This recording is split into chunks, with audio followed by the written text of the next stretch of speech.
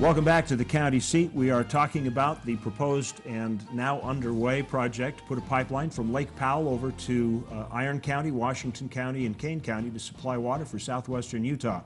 So we're continuing our discussion, and I'd like to know what the project looks like. What are the challenges? What elements have to be dealt with for this to actually start hard construction? And I'll just toss that out to any of you. What's first?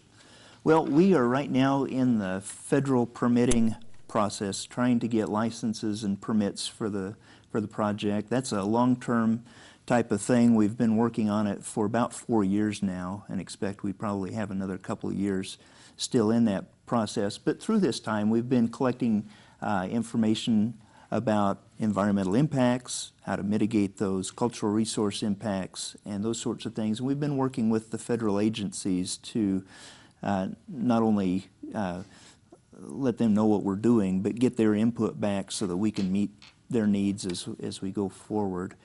We're talking about a 145-mile pipeline that begins at Lake Powell and would begin just immediately upstream of the Glen Canyon Dam, and then it would follow highway alignments as much as possible to minimize environmental disturbance. We would, in the Kanab area, drop down along a power line alignment, which is already a disturbed alignment, and then get back on the highway as we come back into Utah again, and we would again try to minimize our impact as much as we can. So some of this will actually cross over into the Arizona border? It will. Wow. We did a number of studies trying to find the optimal alignment, and had looked at an all-Utah alignment, and just geographically and topographically it could not work, and so that was the way to go, was south into Arizona for a little bit. So has Colorado City asked for a spigot if it goes by? Well, not yet. It probably ought to be mentioned too that the destination of Washington County from the pipeline is essentially downhill. And even though we have a slight lift coming out of the lake, there's some higher country along the way, but it goes downhill, and that gives us the opportunity to have some power generation on the pipeline to help offset some of the costs. And of course, one of the big issues is what's it going to cost. And it's not a cheap project, but it's being funded, correct me when I'm wrong, by the state, and that Washington County, Iron County, and King County will buy blocks of water from the state after the completion of the construction as they need. Is that correct? That's right.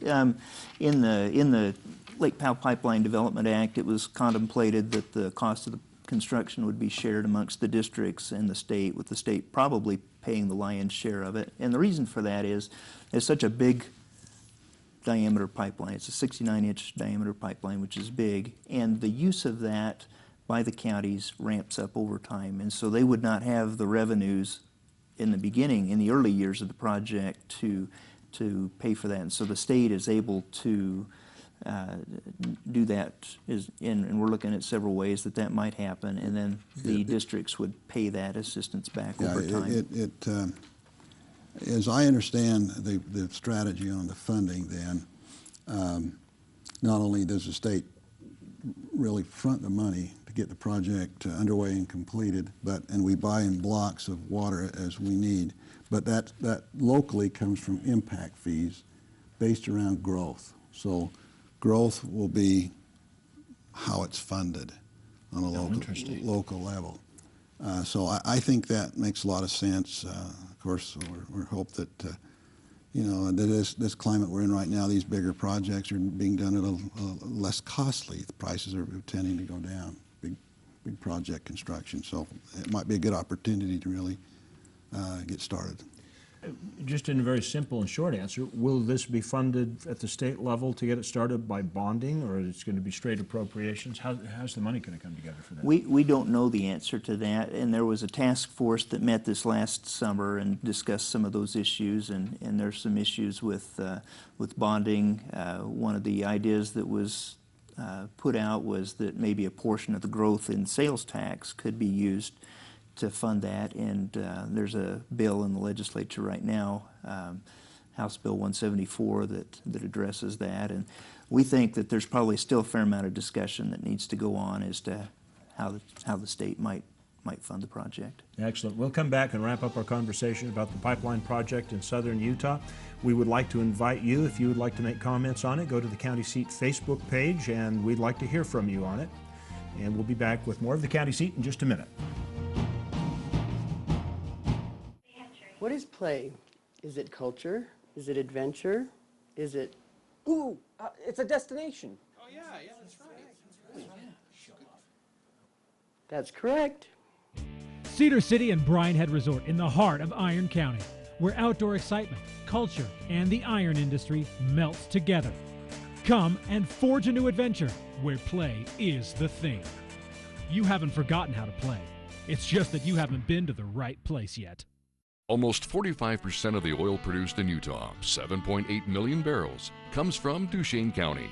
That oil feeds our state economy, provides job growth, and supports local business. Here in Duchesne County, we're working to make Utah an economic, cultural, and technological leader. Whether you're here for business or pleasure, Duchesne County will welcome you with open arms and invite you to explore all the beauty of the Uinta Mountains. Duchesne County, close enough for business, far enough to get away. Let's be honest, you don't know much about Beaver County. Well, let me tell you about it. It's the birthplace of outlaw Butch Cassidy and inventor Philo T. Farnsworth. Some of the best skiing in Utah is at Eagle Point. You've got camping, Canyon Breeze Golf Course, Crusher and the Tushers, Beaver Territorial Courthouse, snowmobiling, renewable energy, Pioneer Car Show, Squeaky Cheese, ghost towns to explore, best water in the country, Paiute ATV trails, Old Frisco Kilns, horse racing, hunting, fishing, and it's a good place to live. Beaver County, mountains of fun. I could tell you more, but why don't you come and see it for yourself?